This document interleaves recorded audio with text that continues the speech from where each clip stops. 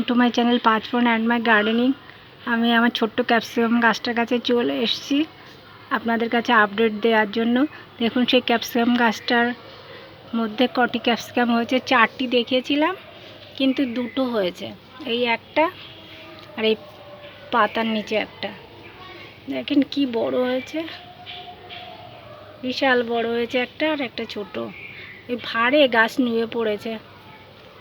এই যে এটা আমি পাতা ধরে রেখেছি, এত বড় পাতা দিয়ে ঢাকা ছিল ওটা। গাছটা চেয়ারও ভালো আছে। এই ক্যাপসিকাম 2টো তোলার পরেই আবার কিছুদিন বাদ যাবে, আবার ফুল আসবে। এই যে পাতার জন্য ঢাকা পড়ে গেছে, বেশ বড় হয়েছে। এর মধ্যে একটা তুলবো, একটা রেখে দেবো, সেটা পাকিয়ে দানা বানিয়ে সেটা চারা করব।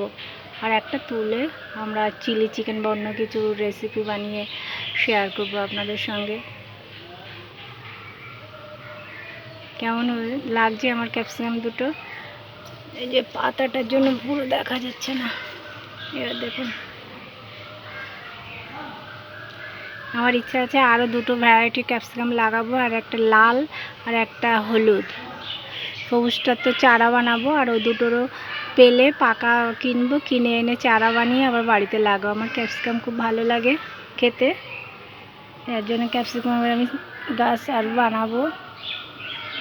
ঠিক আছে, সবাই ভালো থাকবেন, সুস্থ থাকবেন। সবাইকে ধন্যবাদ জানিয়ে ভিডিওটি এখানে শেষ করলাম। নমস্কার।